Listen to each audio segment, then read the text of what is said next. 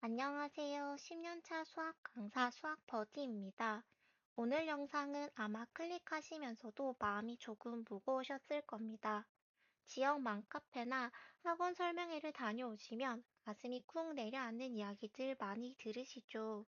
우리 반 철수는 벌써 대수도 끝내고 미적분 들어간대. 어느 학원은 중1 때 고등수학 한 바퀴 다 돌린다더라. 이런 얘기 들으면 우리 아이만 뒤처지는 것 같고, 지금이라도 무리해서 진도를 확 빼야 하나? 그러다 우리 아이가 너무 힘들어하면 어쩌지? 밤잠 설치며 고민하시는 거 제가 너무 잘 압니다. 하지만 진도를 나갔다는 것과 수학을 안다는 것은 완전히 다른 이야기입니다. 10년 동안 수많은 학생들을 가르치며 제가 생각하는 진짜 선행, 그리고 왜 고등선행이 필수인지 그 뼈 때리는 현실을 데이터와 함께 정확하게 짚어드리겠습니다. 먼저 왜 다들 고등수학, 고등수학 노래를 부를까요? 단순히 어려워서일까요? 가장 큰 차이는 양과 깊이입니다. 예시를 하나 들어보겠습니다. 중학교에서는 2차 방정식을 배울 땐 실수 범위 내에서 해를 구하는 두 가지 방법에 대해서 배웁니다. 인수분해, 그리고 근해 공식입니다. 공식만 외우면 답을 추론하는 데 문제가 없습니다.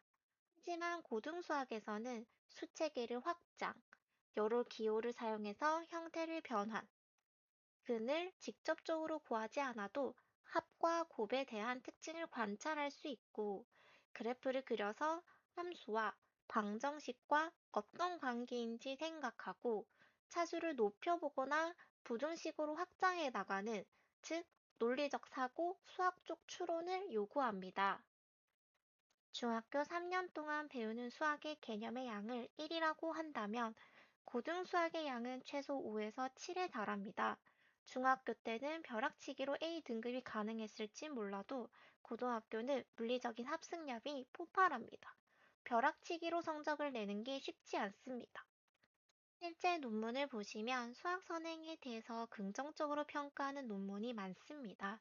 특히 경기도 초중고 학생의 수학 선행 학습 실태 및 역량 분석이라는 논문을 보시면 고등학교 기준 선행을 한 학생 중 수업의 20%도 이해하지 못한 학생은 3.4%, 80% 이상 이해한 학생은 38.5%인 반면에 선행학습을 하지 않은 학생 중 수업 거의 이해하지 못하는 학생이 36.5%로 크게 증가하고 80% 이상 이해한 학생이 12.9%로 감소한 형태를 보입니다. 학업 성취도에서도 차이가 보이는데요. 고등학교 기준 선행한 학생의 평균은 53.8점, 그렇지 않은 학생들의 평균은 35.1점으로 무려 18.7점 차가 난다는 데이터가 존재합니다. 수학 선행을 해야 한다는 건 알겠는데, 그렇다면 구체적으로 어떻게 선행해야 할까요? 학생의 수준에 따라 달라집니다.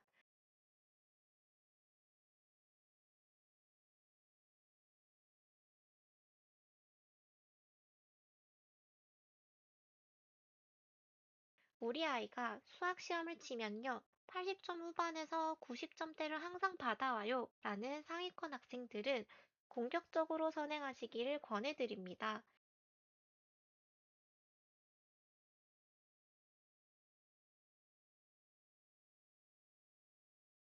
중3 2학기까지 고1 선행 적어도 두 번은 하시고, 중3 겨울방학 때 고2 과정, 대수, 미적분 원도 진도를 나가시면 좋을 것 같습니다. 만약에 우리 애는 특목고나 영재고를 갈 것이다 라고 하신다면 고등학교 입학 전에 모든 고등 과정을 한 번이라도 보고 가시는 걸 추천합니다. 우리 애가 70점대의 성적을 받아온다면 고등학교 입학 전까지 고1 과정을 진도 나가시는 걸 추천드리고, 마지막으로 우리 애가 시험을 치면 그렇게 잘 쳐오는 것 같지 않아요. 하지만 고등학교에선 수학을 잘하고 싶어요 라고 하신다면 중학 수학을 한 번 더 학습하시는 걸 추천드립니다. 고등학교 가서 중학 수학 개념의 구멍을 찾아서 다시 학습하는 건 쉬운 일이 아닙니다. 고등학교 수학 과정을 잘 따라하기 위해선 중학 수학 개념이 탄탄해야 합니다. 뒤처지는 것 같아도 절대 뒤처지는 길이 아닙니다. 특히 1학기 단원을 탄탄히 하시고 중3 겨울방학 때 고1 1학기 과정 공통 수학 원을 들으시면 선행하는 데 의미가 있을 겁니다. 왜 중학교 때 고등 수학의 진도를 나가라고 할까요? 중학교 때는 생각할 시간이 충분합니다. 고등학교에 올라가면 나보다 더 많이 선행한 친구들이 눈에 보입니다. 그럼 마음이 급해져요. 나도 빨리 따라잡아야 해. 그러면서 문제집을 여러 권 푸는데 집중을 하게 됩니다. 하지만 수학은 그렇게 양치기로만 공부하는 과목이 아닙니다. 생각하고 사고하는 과정이 핵심입니다. 시간에 쫓겨 문제 푸는 양만 늘리는 게 아니라 하나의 어려운 문제를 몇 시간씩 붙잡아 보면 왜 이 문제가 이 단원에 있는 걸까 고민해보고 단원의 개념을 복기하면서 사고가 확장됩니다. 아, 이 개념이 저 개념과 연결이 되는구나. 이게 이런 의도로 출제된 문제이구나를 깨닫게 됩니다. 수학은 시간을 가장 많이 잡아먹는 과목 중 하나입니다. 고등학교에서 수학에만 매달리면 국어, 영어, 탐구 과목이 무너지는 경우가 많습니다. 수학을 미리 완성도 있게 학습해 놓으면 내신 대비 기간에 다른 과목에 투자할 시간이 늘어납니다. 대입은 수학 하나로 되는 게 아니니까요. 많은 학부모님들이 오해하시는 게 하나 있습니다. 학원에서 진도만 나가면 선행이 끝났다고 생각하시는 거죠. 아닙니다. 학원은 시작일 뿐입니다. 집에서 반드시 개인 학습 시간을 가져야 합니다. 대부분 학원에서 개념서 한 권으로 진도를 나갑니다. 저는 학생들이 개별적으로 개념서 한 권, 유형서 한 권을 더 학습하시기를 권장합니다. 왜 개념서죠? 개념서의 필수 예제. 대표 문제는 말 그대로 이 단원의 필수적인 대표 문제입니다. 대표 문제에 대한 이해도가 제일 우선이고, 이후에 이 개념이 어떻게 확장해 나가는지 유형으로 익혀야 제대로 된 선행을 했다고 할 수 있을 겁니다.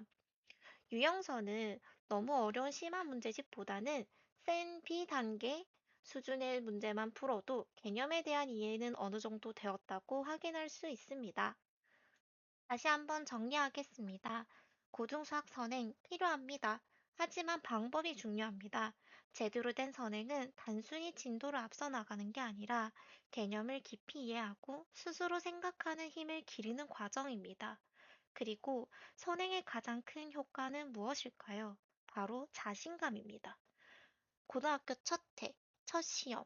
이때 자신감 있게 문제를 풀고 좋은 성적을 받으면 나도 할 수 있구나. 이렇게 하면 목표하는 대학에 갈 수 있구나. 라는 자신감이 생깁니다. 이 자신감이 자기 주도 학습으로 이어집니다.